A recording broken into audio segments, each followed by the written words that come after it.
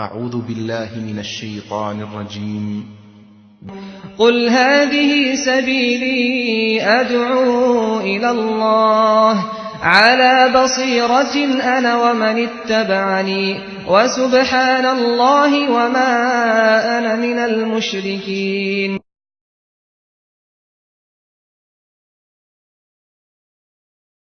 إن الحمد لله نحمده ونستعينه ونستغفره ونعوذ بالله من شرور أنفسنا ومن سيئات أعمالنا من يهده الله فلا مضل له ومن يضلل فلا هادي له وأشهد أن لا إله إلا الله وأشهد أن محمدا عبده ورسوله أرسله بالحق بشيرا ونذيرا أما بعد فإن خير الحديث كتاب الله وخير الهدي هدي محمد صلى الله عليه وسلم فإن خير الأمور عوازمها وشر الأمور محدثاتها وكل محدثة بدعة وكل بدعة ضلالة وكل ضلالة في النار. فأعوذ بالله من الشيطان الرجيم. بسم الله الرحمن الرحيم. إنا أعطيناك الكوثر فصل لربك وانحر إن شانئك هو الأبتر.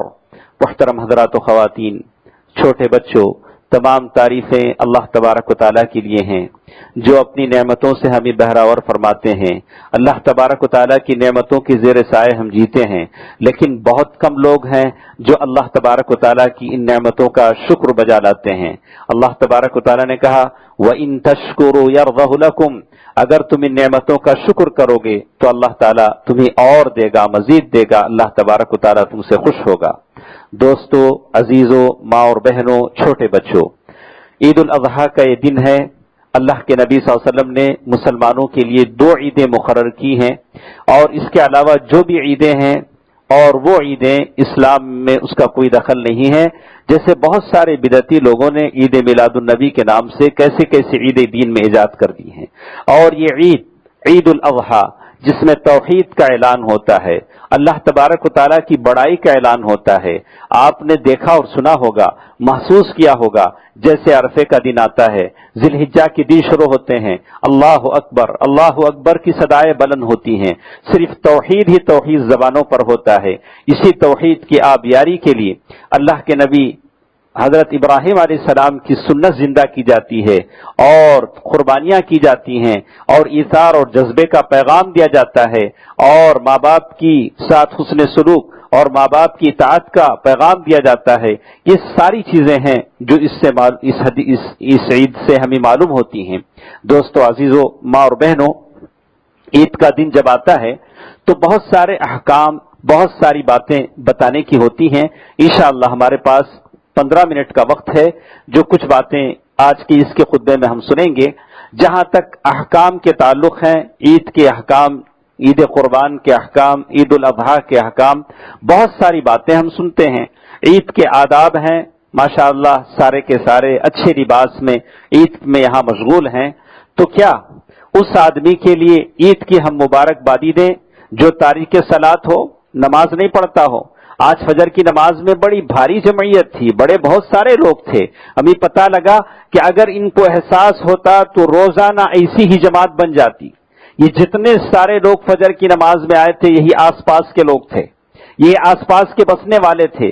اگر ان کے اندر اور واقعی ایمان کے اندر وہ تر و تازگی ہوتی تو ہر دن فجر کی نماز ایسے ہی مسجد سے بھر جاتی، اور یقیناً یہ ایمان کا ایک ثبوت ہوتا جو ہم ادا کرتے۔ لیکن چونکہ وہ ایمان جو لوگوں کو ایسی اطاعتوں پر ایسی اطاعتیں جسے لوگ کر سکیں، وہ ایمان کی پختگی سے وہ چیزیں حاصل ہوتی ہیں جس کے لیے آدمی کو کوشش کرنی چاہیے۔ اور کیا ہم مبارکبادی دیں اس عید کی اس آدمی کو جو تقوی سے خالی ہو؟ وَلِبَاسُ التَّقْوَى ذَلِكَ خَيْرٌ۔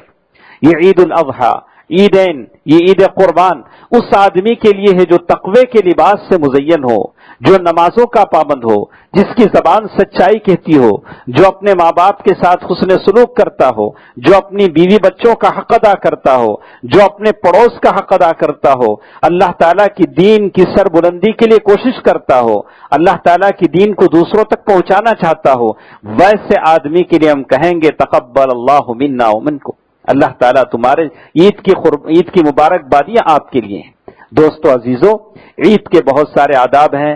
آپ نے مختلف وقتوں میں سنا ہے کہ یہ عید جو ہم منانے جا رہے ہیں عید قربان ہے. عید قربان ایک مخصوص جانور مخصوص وقت میں مخصوص طریقے سے اللہ کے نام پر ذبح کیا جاتا ہے سنت ابراہیمی کو زندہ کرنے کے لیے، اور جس کی عمر مخصوص ہے، 9 قسم مخصوص ہے، اور اللہ کے راستے میں ذبح کیا جاتا ہے. اللہ تعالیٰ نے اس کی علت بھی بتا دی، لن ینال اللہ لحومها ولا دماؤها ولکن ینالہ التقوی منکم. تقوی کی دولت اپنے اندر پیدا کرو. جنت میں سب سے زیادہ لوگ جاتے ہیں 2 چیزوں کی وجہ سے، التقوی وحسن الخلق، ایک تقوی کی دولت کی وجہ سے اور دوسرا اچھے اخلاق کی وجہ سے. آپ متقی بھی ہوں، صاحب اخلاق بھی ہوں، اگر آپ کے اندر تقوی ہے، اور تقوی جب آ جاتا ہے، تقوی ایسی چیز نہیں ہے کہ وہ دل میں گھس کر بیٹھ جائے. تقوی ہے نام اس کا کہ آپ متقی بن جاتے ہیں تو وہ تقوی آدمی کو مزین کر دیتا ہے.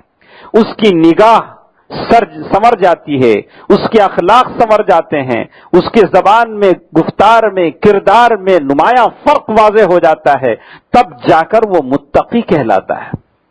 دوستو عزیزو، وَلَٰكِن يَنَالُهُ التَّقْوَىٰ مِنكُمْ، یہ جو جانور ہم لیتے ہیں، ذبح کرتے ہیں، یہ تو تقوی کی حصول کے لیے ہے. جو تقوی جو آدمی کو جنت تک لے جاتا ہے، اللہ تعالیٰ نے اس کا یہ بھی بتا دیا، فَكُلُوا مِنْهَا وَأَطْعِمُوا الْقَانِعَ وَالْمُعْتَرَّ كَذَٰلِكَ سَخَّرْنَاهَا لَكُمْ. کہا کہ اس جانور سے تم کھاؤ، فقیر اور مسکین کو کھلاؤ، رشتہ داروں کو کھلاؤ. یہ اس کا مصرف ہے کہ جانور کا گوشت لوگوں کو کھلایا جائے. تو دوستو عزیزو، عید قربان کا یہ موقع ہے. بہت سارے مسائل آپ سے واقف ہیں، لیکن جیسے میں نے سنا کہ بہت سارے اس موقع پر ایسے بھی ہیں جو جانور کے کچھ حصے بطور اجرت کے قصائی کو دے دیتے ہیں، بطور اجرت کے قصائی کو دیتے ہیں. کہا کہ اللہ یہ چیز ہرگز جائز نہیں ہے. قصائی کو، خصاب کو اس کی اجرت کے طور پر جانور سے کوئی حصہ نہیں دیا جائے گا.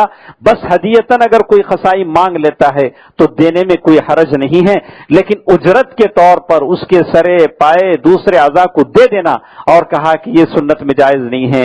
تو آدمی سنتوں کے مطابق اپنے جانوروں کو ذبح کریں، اور جانوروں کے لانے لے جانے میں آداب کا لحاظ رکھیں، اس لیے کہ جانور ہیں جو اللہ تعالیٰ کی بارگاہ میں پیش کیے جاتے ہیں. صفائی ستھرائی کا لحاظ کریں. اس ملک میں ہم بستے ہیں اور ہماری تہذیب ابراہیمی تہذیب ہے، اور یہ اس کا مطلب یہ ہے کہ اس ملک میں رہتے ہوئے ہمیں اپنے سارے اصول اور اپنے ساری اسلامی چیزوں پر عمل کرنے پر ہمیں آزادی حاصل ہے. جہاں تک ہمیں آزادی حاصل ہے اس پر ہم عمل کریں. جب تک زندہ رہیں مسلمان بن کر زندہ رہیں، مومن بن کر زندہ رہیں، اور فخر کریں اپنے اسلام پر اور اپنے ایمان پر. سر اٹھا کر چلیں کہ آپ مسلمان ہیں، اور سر اٹھا کر چلیں، اور اس کے ساتھ چلیں کہ اللہ رب العالمین احکم الحاکمین کے آپ بندے ہیں. اس میں شرمانے اور ہچکچانے کی ضرورت نہیں ہے. جب تک زندہ ہیں اپنے پورے دین کے تقاضوں پر عمل پیرا ہو کر زندہ ہیں. کسی دین کی کسی چیز پر ہم سمجھوتا کرنے کو تیار نہیں ہیں. دین ایسا نہیں ہے کہ جو مرضی آئے لے لیں، جو مرضی آئے چھوڑ دیں. ہر کسی ایسی بات نہیں ہے. اسی کا نام تو ہے ابراہیم علیہ السلام نے ساری قوم سے دشمنی مول لی، گھر والوں سے دشمنی مول لی، سارے لوگوں سے دشمنی مول لی، اور کہے کہ چلو میں اللہ تعالیٰ کے راستے میں چلتا ہوں. وہی اللہ تعالیٰ ہے جو مجھے سیدھا راستہ بتلائے گا اور میری حفاظت کرے گا. دوستو عزیزوں، ماں اور بہنوں، قربانی کا یہی مقصد ہے کہ آپ کے اور میرے دل کے اندر ایمان کی تازگی پیدا فرمائے، ایمان کی تازگی پیدا فرمائے، اور ہمارا ایمان تازہ ہو اور ہم سوچیں الہ العالمین یہ تو اللہم ھذا منک ولک، اے اللہ یہ تو معمولی جانور ہے جو تو نے عطا کیا ہے، اور تیرے ہی راستے میں میں ذبح کر رہا ہوں، اور اگر کل ضرورت پڑے تو ہم جان بھی دینے کو تیار ہیں. اسی جذبے کی آبیاری کے لیے قربانی ہے کہ آپ کے اندر وہ تڑپ ہو کہ آپ اللہ تعالیٰ کی دین کی سر بلندی کے لیے سر بکف ہو جائیں، جو چاہے اللہ کی دین کو خرچ دینے کے لیے تیار ہو جائیں. دوستو عزیزو، میں آپ کے لیے ایک مثال بتانا چاہتا ہوں. میں تو یہ سمجھتا ہوں کہ آج جیسے کچھ ہماری حالت اس ملک میں ہے، وہ اس کا جو کچھ خمیازہ ہمیں بھگتنا پڑ رہا ہے، جس حالات سے ہم اس ملک میں گزر رہے ہیں، اس کا سب سے بڑا سبب دعوت اللہ، اللہ تعالی کی دین کی دعوت کو چھوڑ دینے کا نتیجہ ہے۔ آپ تصور کر سکتے ہیں کہ اللہ کا یہ سیلاب ہمارے سامنے ہے، جس کے لیے ہم میں سے ہر شخص چاہ رہا ہے کہ ہم اس کی مدد کریں، اس سیلاب زدہ علاقے کی مدد کریں۔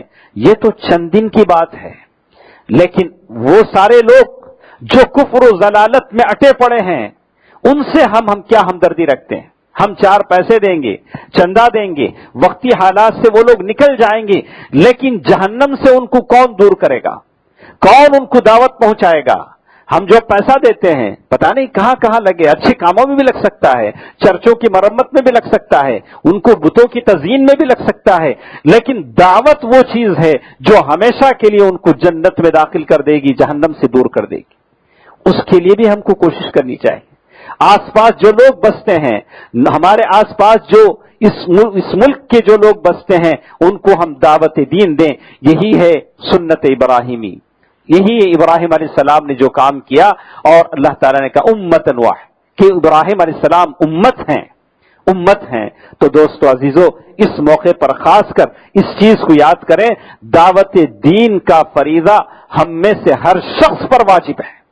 ہر شخص کو اس کا احساس کرنا ضروری ہے۔ یہ صرف علماء، صلحاء، واعظین کا کام نہیں ہے۔ فَلَنَسْأَلَنَّ الَّذِينَ أُرْسِلَ إِلَيْهِمْ وَلَنَسْأَلَنَّ الْمُرْسَلِينَ۔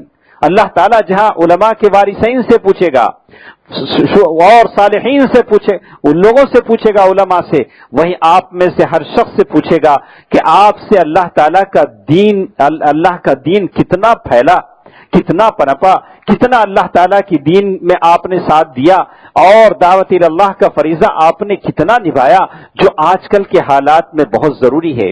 اور اسی طرح ہم آپ کو بتا دیں کہ خواتین کے جو حقوق ہیں اسے ادا کرنے کی کوشش کریں، اور ہمارا دشمن سب سے زیادہ اس چور دروازے سے ہمارے پاس گھسنے کی کوشش کر رہا ہے۔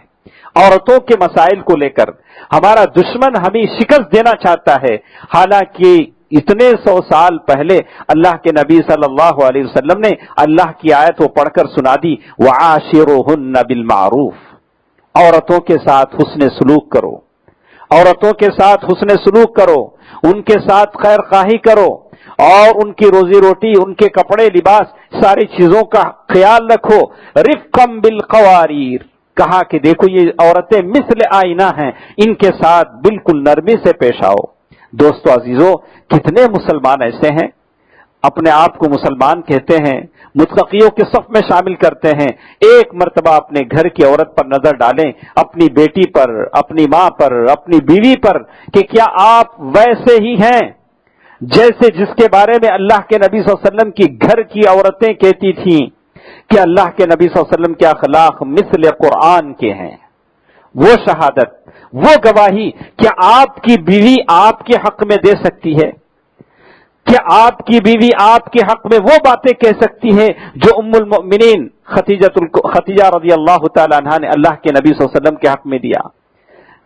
اللہ تحمل الکل وتقری الضیف وتعین علی نوائب الحق، اے اللہ کے نبی صلی اللہ علیہ وسلم آپ اتنے اچھے اچھے کام کرتے ہیں، اللہ تعالیٰ آپ کو ضائع نہیں کرے گا۔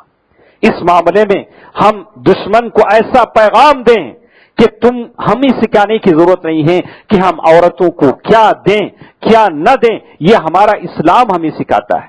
دوستو عزیزو، ہماری حیثیت ایسی ہے جس کے پیٹھ پر پانی کا خزانہ ہے، لیکن وہ تڑپ رہا ہے، صحرا میں گھوم رہا ہے، خطرہ خطرہ پانی کے لیے تڑپ رہا ہے۔ ہمارے پاس اپنی تہذیب ہے، اپنی شرافت ہے، اپنی ثقافت ہے، ہمارے پاس اپنا دین ہے، ہمارا عقیدہ ہے، لیکن یہ لوگ کافر، پلید، نجس ہمیں اپنا عقیدہ سکھاتے ہیں، ہمیں اپنا دین سکھاتے ہیں، ہمیں اپنے آداب سکھاتے ہیں، اور اس کا انجام یہ ہے کہ صحیح معنی میں ہم نے اپنی اولاد کی تربیت نہیں کی، بھی ایک بڑا سبب ہے۔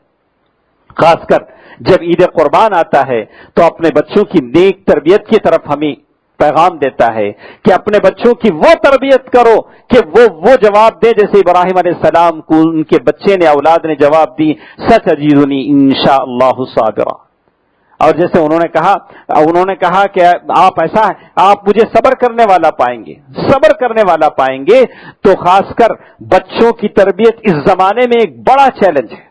پہلے زمانہ الگ تھا، لیکن آج کل ایسی چیزیں وجود میں آ چکی ہیں کہ بچوں کی تربیت ماں باپ کے لیے ایک بہت بڑا چیلنج بن چکا ہے۔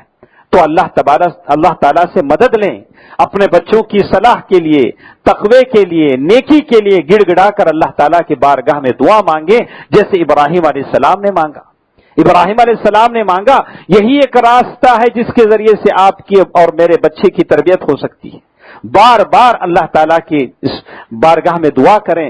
سلف ایسے تھے، وہ کہتے تھے کہ میں جو اتنی ساری نمازیں پڑھتا ہوں، اتنی ساری دعائیں کرتا ہوں، اے میرے بچوں میں تمہارے لیے کرتا ہوں، میں تمہارے لیے کرتا ہوں۔ ماں باپ کی نیکی کی وجہ سے اللہ تعالیٰ ان کی اولاد کی حفاظت کرتے ہیں۔ تو دوستو عزیزو، اس خوشی کے موقع پر پھر ایک بار میں آپ کو توجہ دلاؤں گا اپنے بوڑھے ماں باپ کی طرف، ان کی خدمت کی طرف۔ آپ ان کی خدمت کریں، اور اللہ تعالیٰ نے آپ کے جسم میں طاقت دی ہے، قوت دی ہے، اپنے بوڑھے ماں باپ کا لحاظ رکھیں، خاص کر ایک ایسے وقت میں جب بوڑھے ماں باپ اپنا ہوش و حواس کھو چکے ہیں، انہیں یہ بھی نہیں پتا کہ ان کی خدمت کون سا بیٹا کر رہا ہے، کون سی بیٹی ان کی خدمت کر رہی ہے، کون سی بہو ان کی زندگی دھو رہی ہے، یہ بھی نہیں پتا۔ ایسے وقت میں اگر کوئی خدمت کرتا ہے تو یہ اخلاص، اسی کا معنی اخلاص ہے، اس میں ریاکاری کا کوئی شبہ نہیں۔ بوڑھے ماں باپ ہیں، ضعیف ہیں، ان کی عقل موف ہو چکی ہے، ان کو نہیں پتا کہ کون سا بیٹا خدمت کر رہا ہے، کون سی بہو خدمت کر رہی ہے، اور بس آپ کی خدمت کو اللہ تبارک و تعالیٰ دیکھ رہے ہیں۔ یہ سارے پیغام ہیں، اور عام حالات میں جب ماں باپ ہوش و حواس کے ساتھ ہوں، آپ ماں باپ کی خدمت کرتے ہیں تو پتہ لگتا ہے کہ شاید باپ آپ کی تعریف کرے لوگوں کے سامنے، رشتہ داروں کے سامنے، ماں آپ کی تعریف کرے کہ فلاں بیٹا مجھے اچھا دیکھتا ہے، لیکن ایک حالت ایسی آتی ہے جس میں آپ کو خدمت کرنی ہوتی ہے، اللہ تعالیٰ کو جزا دینی اور بدلہ دینی ہوتی ہے۔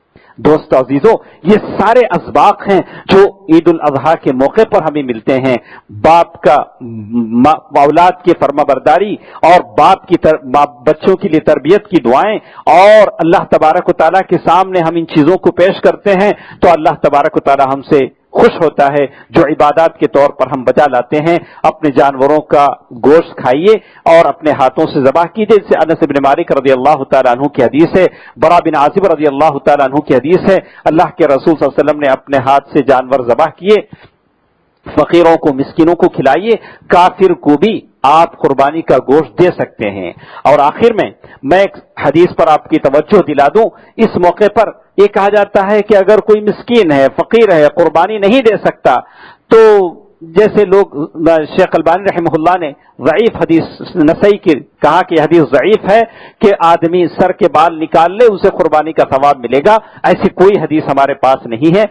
جیسے کہا کہ یہ ضعیف حدیث ہے سر کے بال نکالنے اور قربانی کا ثواب پانے کی، تو آپ ایسا نہ کریں اور انتظار کریں، اللہ تعالیٰ سے دعا کریں کہ اللہ تعالیٰ آپ کو خود کفیل بنا دے، اللہ تعالیٰ آپ کی روزی روٹی میں وسعت دے۔ یہ چند باتیں تھیں جو ہم نے آپ کے سامنے رکھی، اور سنت کے مطابق اپنے عید کو بجا لانے کی کوشش کیجیے۔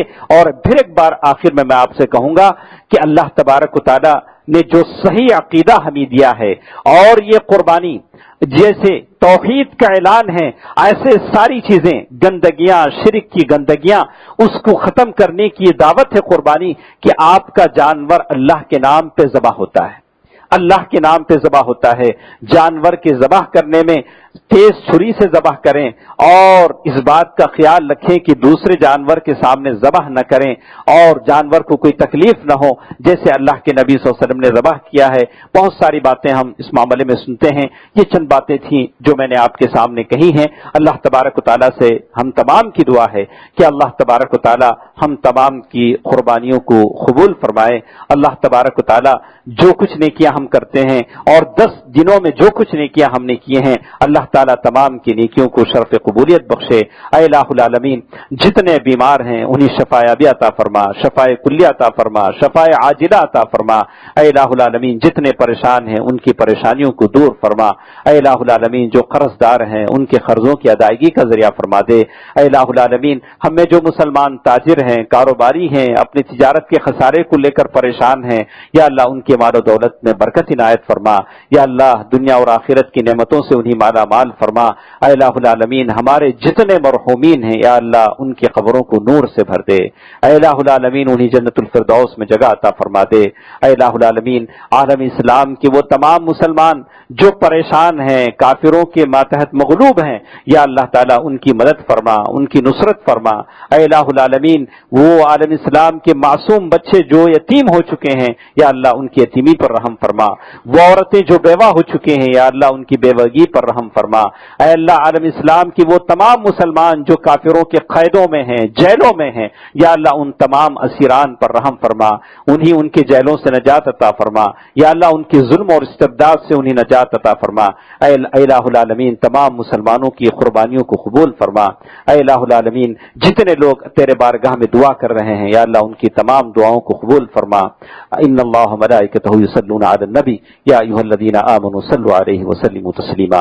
اللهم صل علی محمد وعلی آل محمد کما صلیت علی ابراہیم وعلی آل ابراہیم انک حمید مجید برحمتک یا ارحم الراحمین والحمد للہ رب العالمین۔ والسلام علیکم ورحمۃ اللہ وبرکاتہ۔